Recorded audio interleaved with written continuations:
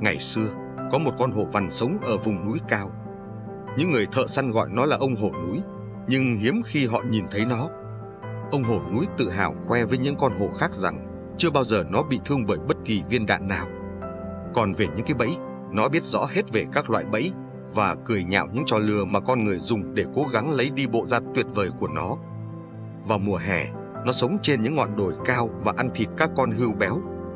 Vào mùa đông, khi trời đổ tuyết dày, gió lạnh cắt da và cái lạnh khủng khiếp khiến con người ở trong nhà, ông hổ núi sẽ lẻn xuống làng.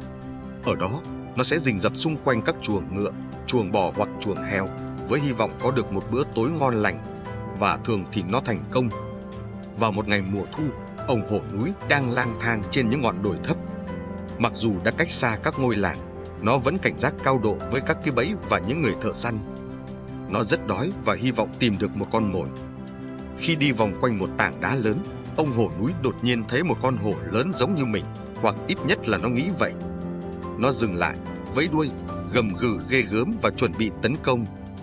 Thật ngạc nhiên, con hổ kia cũng làm chính xác những điều tương tự. Ông hổ núi chắc chắn rằng sẽ có một trận chiến rất khủng khiếp. Tất nhiên nó nghĩ mình sẽ chiến thắng. Nhưng sau một cú nhảy ngoạn mục trên không, nó rơi xuống đáy một cái hố sâu, bị thương và thất vọng. Ông hổ núi có thấy con hổ nào đâu, thay vào đó là một cái nắp gỗ nặng đóng sập xuống đầu nó, và nó nằm trong bóng tối. Vậy là ông hổ núi cuối cùng cũng bị bắt. Những người thợ săn nghĩ ra một cái bẫy đánh vào bản tính hiếu thắng của nó. Họ đã giấu cái hố bằng các cành cây, lá cây, dây leo, và trên đó họ để một tấm gương vỡ để lừa ông hổ núi. Một lát sau, có một nhà sư đi ngang qua, người từ bi với tất cả sinh vật trên thế gian. Khi nghe thấy tiếng con vật rên rỉ, ông mở cái bẫy ra và thấy con hổ đang nằm dưới đáy, đang liếm bàn chân bị thương. Ông hổ núi vui mừng nói: "Ôi, làm ơn hãy giúp tôi, thưa ngài, hãy cứu tôi ra ngoài, tôi bị thương nặng." Nhà sư tìm những thanh gỗ và thả nó xuống hố cho đến khi nó nằm trên đáy hố. Sau đó, con hổ trèo lên và ra ngoài. Ông hổ núi nói với nhà sư: "Tôi vô cùng biết ơn ngài vì đã giúp tôi thoát khỏi rắc rối. Tuy nhiên, vì tôi rất đói nên tôi phải ăn thịt ngài."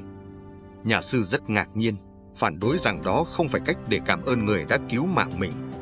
Ít nhất thì đó là cách cư xử rất tệ và hoàn toàn trái với luật lệ của núi rừng.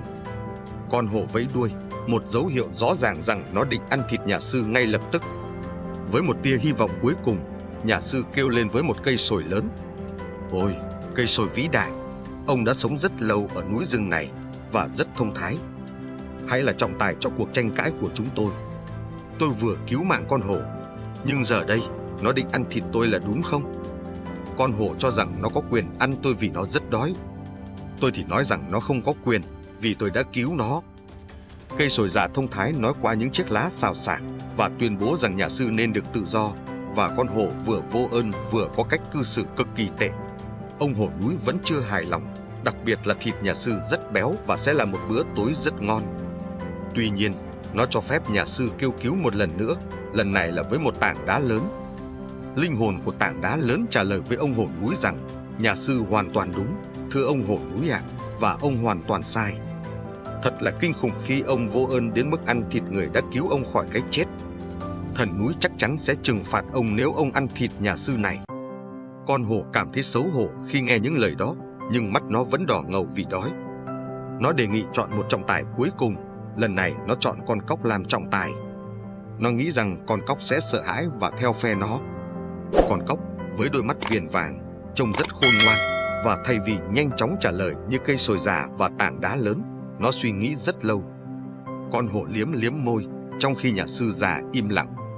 Cuối cùng, con cóc nói, vẻ mặt nghiêm nghị như một vị thẩm phán: "Tôi phải đi xem cái bẫy trước khi đưa ra quyết định." Vì vậy, cả ba đi đến cái bẫy. Bấy giờ, con cóc đã có một kế hoạch và ra dấu cho nhà sư. Trong khi con cóc và con hổ đang nghiên cứu cái bẫy, nhà sư tự cứu mình và chạy đi mất. Đến khi con cóc đưa ra quyết định nhà sư là đúng, thì con hổ mới nhận ra nhà sư đã chạy đi mất từ lâu. Trước khi ông hổ núi kịp nổi giận, con cóc đã nhảy vào một khe đá, bỏ sâu vào trong, thách thức con hổ. Nó nói: "Con vật thô lỗ và vô ơn kia, hãy học cách cư xử cho đúng." Ông hổ núi rất tức giận và đói đến mức cư xử ngu ngốc. Nó cào vào đá để mở ra, với ý định bắt cho bằng được con cóc và xé nó thành từng mảnh. Nhưng con cóc chỉ cười và ngồi an toàn bên trong. Con hổ nổi cơn thịnh nộ, càng nóng giận, nó càng mất lý trí. Nó đút mũi vào khe đá, nó cọ mạnh vào tảng đá đến chảy máu. Cuối cùng, nó bỏ cuộc và trở về với cái bụng đói và cái mũi đau. Và từ đó, nó không còn được biết đến với cái tên ông hổ núi đáng kính nữa, mà nổi danh là con hổ không có phép tắc, một con hổ vô ơn.